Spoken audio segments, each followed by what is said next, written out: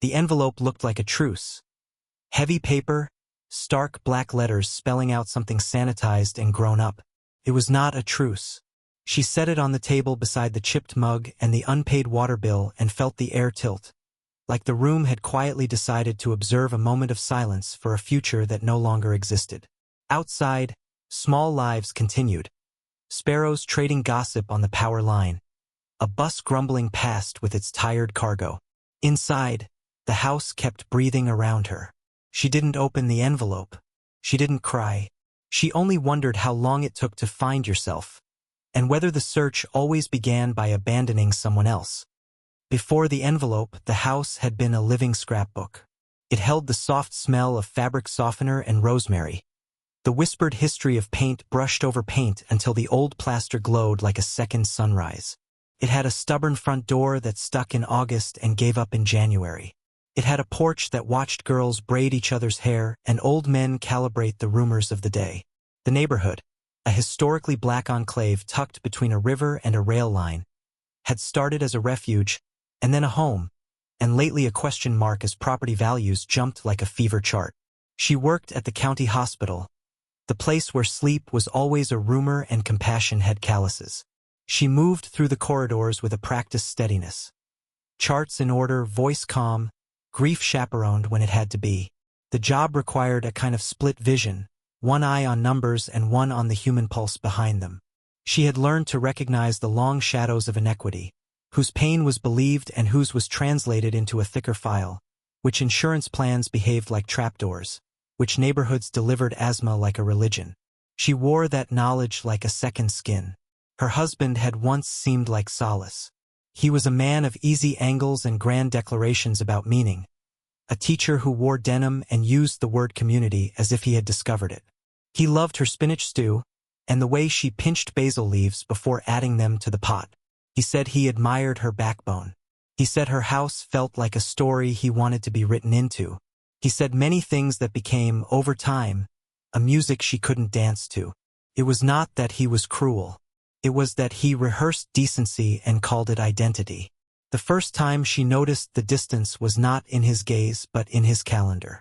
He kept accepting panels, residencies, weekend retreats geared toward reflective practice. He framed absence as growth, like a tree stretching toward a window. She tried to be generous, tried to remember her own cravings for space after 12-hour shifts.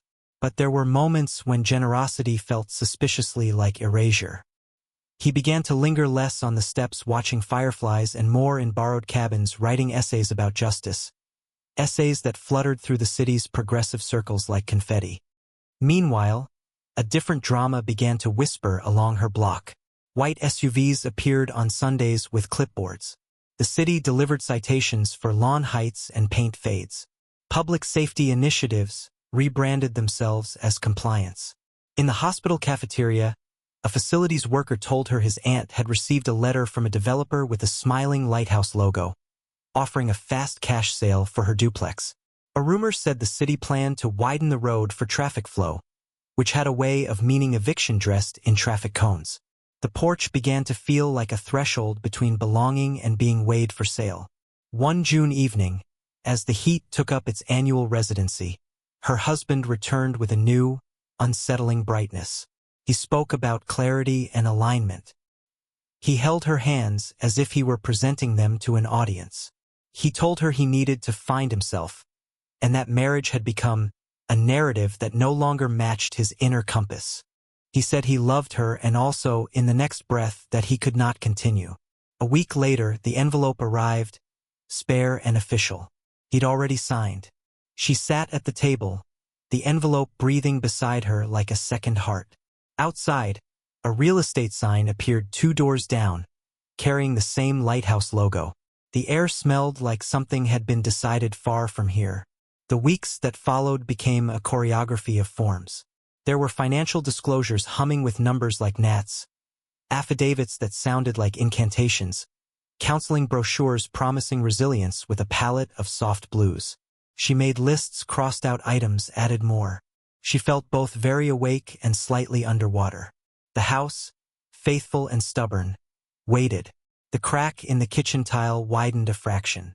Dust gathered on the windowsill where he had once lined up his herbs. Grief arrived in stealth. It did not drape itself across the sofa or make a scene. It expressed itself as lost appetite, as sleeping too lightly, as an inability to locate the cinnamon. At the hospital, grief learned to keep pace. She changed dressings, took temperatures, charted pain, and when she paused for coffee, grief sat with her, a companion who no longer required introductions. She told no one the full shape of it. The story sounded too neat. A man choosing a self, a woman left to fold the linens. She did not like how easily it matched a script. On the block, the pressure intensified. A neighbor's grandson was stopped twice in 1 week by patrol cars that circled like irritated bees, citing suspicious loitering on his own sidewalk. A retired teacher found a notice threatening fines for her porch railing, which had been there since the Kennedy era. The lighthouse logo shimmered at more corners. The letters from the city, with their brisk typography, treated memory like clutter. People gathered on stoops to compare paperwork, the way they had once compared sweet potato recipes. She began to keep a file folder in her tote bag labeled house. Inside grew a stack of photocopied notices, receipts for repairs, printouts of zoning memos she barely had time to read. One afternoon, in a pulse of determination, she took the bus to the municipal building, a concrete monolith that managed to look bored. She asked to see public records related to road widening. The clerk's smile had the thinness of a pressed leaf. The clerk directed her to a public terminal where PDFs loaded like reluctant clouds. She scanned minutes of meetings, proposals with terms like quality of life upgrade, and appendices studded with maps that treated her block as a vein to be rerouted. A familiar name surfaced like a fish rising to a piece of bread. It was her husband's. Not in the minutes, he was not important enough for minutes, but in the list of community advisory contributors. The description was vague. A working group on equitable growth, convened by the same development consortium that loved lighthouses and cash offers. His signature trailed beneath a paragraph about the need to unlock underutilized corridors. A sharper pain threaded through the soft grief. She told herself it could be coincidence, one of those committees proliferating like moss. Yet memory served her scenes. His late-night calls to colleagues, his runs timed with the weekly arrival of SUVs on Sundays, his insistence that change is inevitable, delivered in the tone of a weather forecast. She left the municipal building with the file folder heavier, though the papers weighed the same. At home, the house resolved to keep standing. She paid the water bill. She sealed the draft in the back bedroom window. She patched the crack in the kitchen tile with a stubborn kind of love. She gathered neighbors around a pot of stew, and they compared their mail, their fines, their names spoken by officers who pretended to forget them. She listened as an elder, Miss Florence, explained how a freeway had once cleaved another black neighborhood in the 70s, scattering families like seeds. Miss Florence tapped a notice with a knuckle that had known chalk dust and said, with deadly calm, that history did not repeat so much as recycle. In bed, insomnia made intricate shapes on the ceiling. She imagined a map in which every notice, every SUV, every committee meeting connected with string. The strings kept crossing at one point, the lighthouse. Sometimes the string crossed at another point too, the life she had expected and the man who had stepped out of it, leaving only a blandly merciful phrase about discovery.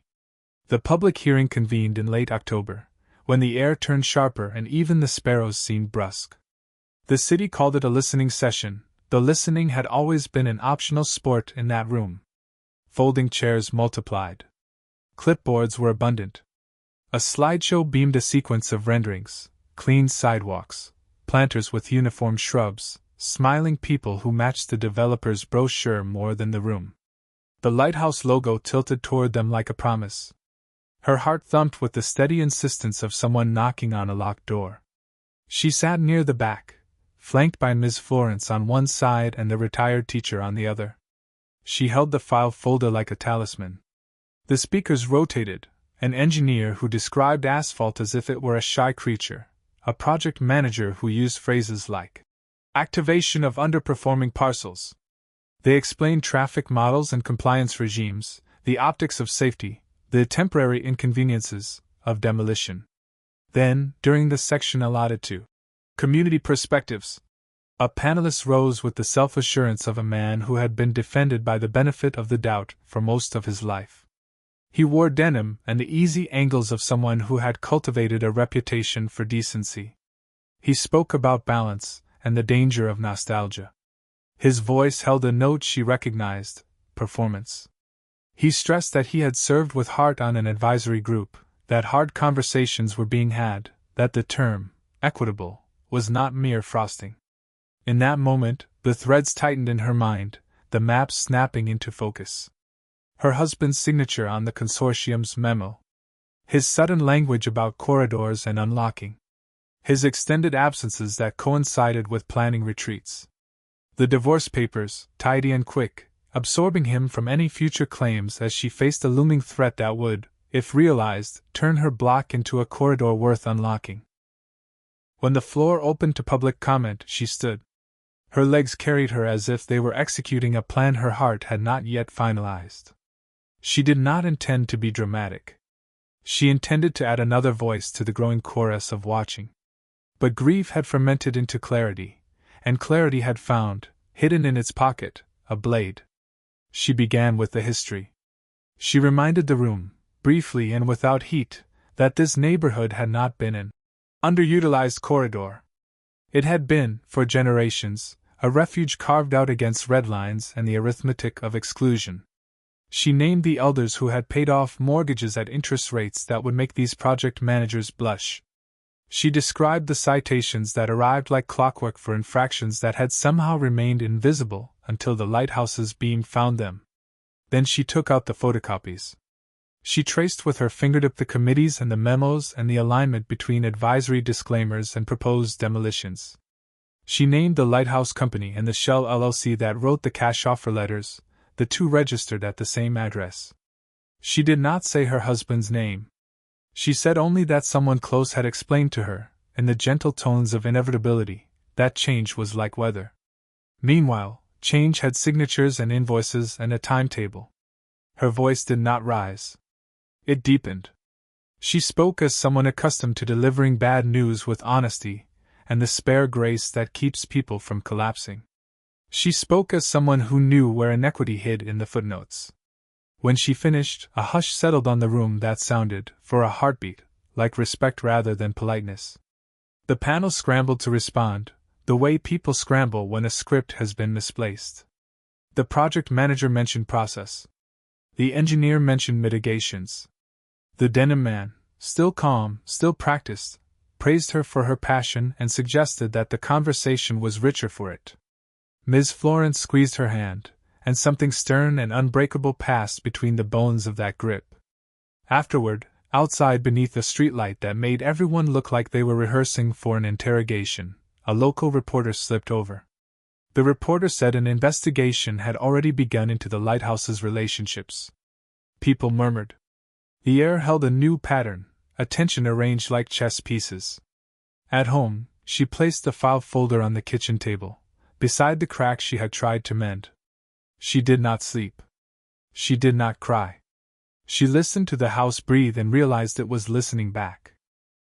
In the days that followed, the neighborhood's routines shifted. Stoops became classrooms. Someone started a shared spreadsheet, and someone else taught Ms. Florence to use it. A young paralegal from the church offered free clinics on reading municipal language that performed innocence while arranging dispossession. An uncle with a loud laugh organized Saturday paint crews to clear the easiest citations. On Tuesday evenings, they moved the block party to the steps of the municipal building, and this time the music was reading minutes out loud. At the hospital, she found herself speaking differently to families. She said the quiet parts while checking blood pressure, asked about housing stability with the same gravity as she asked about chest tightness. She started logging patterns more systematically, adding a column labeled addressing the route to the clipboard of her day. A nurse who had watched her with side eyes of curiosity joined her, then another. Soon, on the nights considered too quiet to be busy, they traded links to studies showing what they already knew, that a zip code could predict an outcome better than a lab test.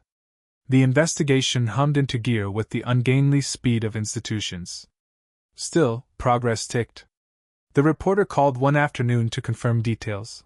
By then, the folder had multiplied into a box. The reporter published a piece that stretched long and careful across the local paper, tracing money through the lighthouse and into a nest of accounts. The denim man declined to comment on specifics while praising the values of transparency. He had learned, she realized, many years ago, how to wrap emptiness in velvet. Her lawyer, recommended by the paralegal as a workhorse with receipts, helped her navigate the divorce without letting it swallow her. The settlement was lean but fair. It also landed like a final syllable in a sentence she had been trying to end for months. She signed papers that freed her to continue defending the home without carrying his shadow at her heels. She thought often of the early days when his kindness had felt like clean water. She thought of how easily some people received full credit for half work and how reflexively others were asked to prove their pain. She let the thought pass through her without hardening her face. Winter brought a hardness to the city that clarified everything. The Lighthouse Consortium paused its timeline for further community engagement, which sounded like a mouth trying to decide whether it was hungry. The citation slowed. A civil rights attorney from a statewide group came to the block with a team and built a file thicker than any monograph, anchored by testimonies that made the air feel charged. They explained historical patterns of disinvestment, and how new maps were being drawn with friendlier fonts. They did not call it accidental. They called it a durable strategy wearing new clothes. She bought a space heater from Ms. Florence. She paid off an old debt to a cousin who had once fronted her the down payment for a car. She learned how to speak at meetings without apologizing first. When sadness nipped at her ankles, she walked the block at dusk and let the porch lights knit into a kind of necklace that kept loneliness at bay.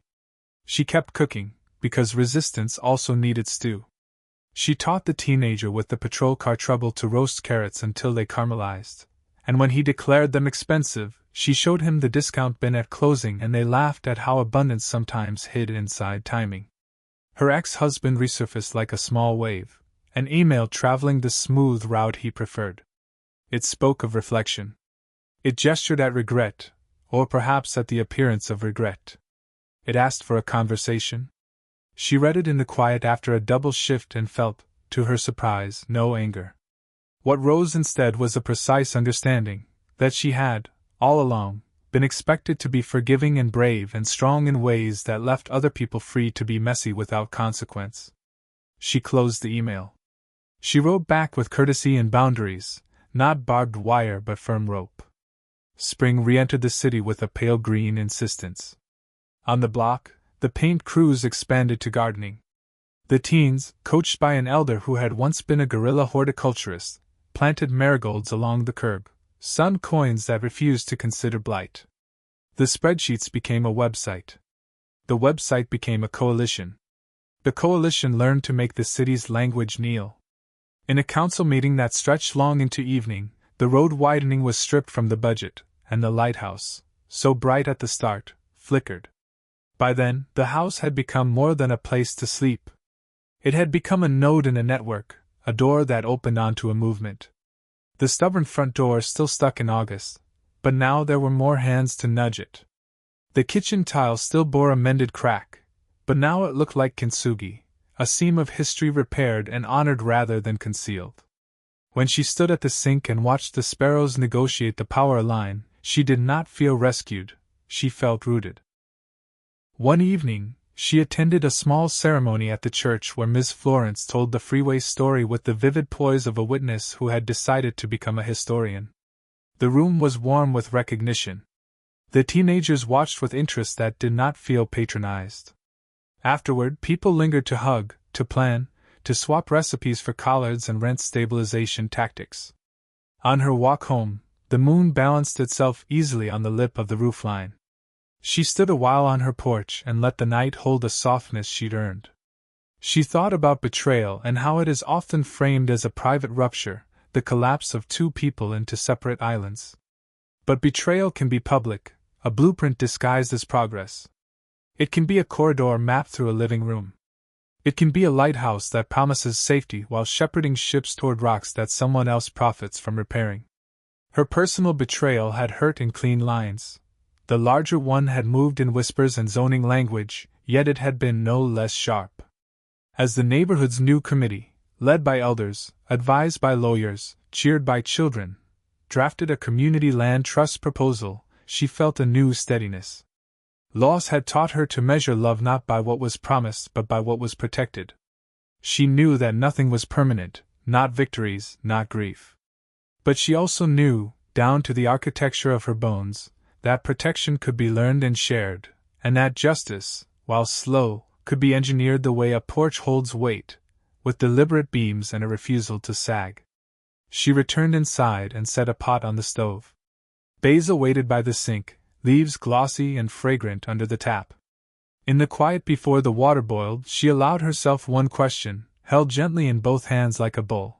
If betrayal taught her who would leave, what if solidarity was the lesson in who would stay? And for anyone watching, wondering whether a single envelope can unhouse a life, she offered the truth her days had hammered into shape. That paper can redirect a story, but people, stubborn, loving, wired for repair, can reroute the ending. What would change in our cities if we treated every home like a history book instead of a parcel, and every neighbor like an heir instead of an obstacle?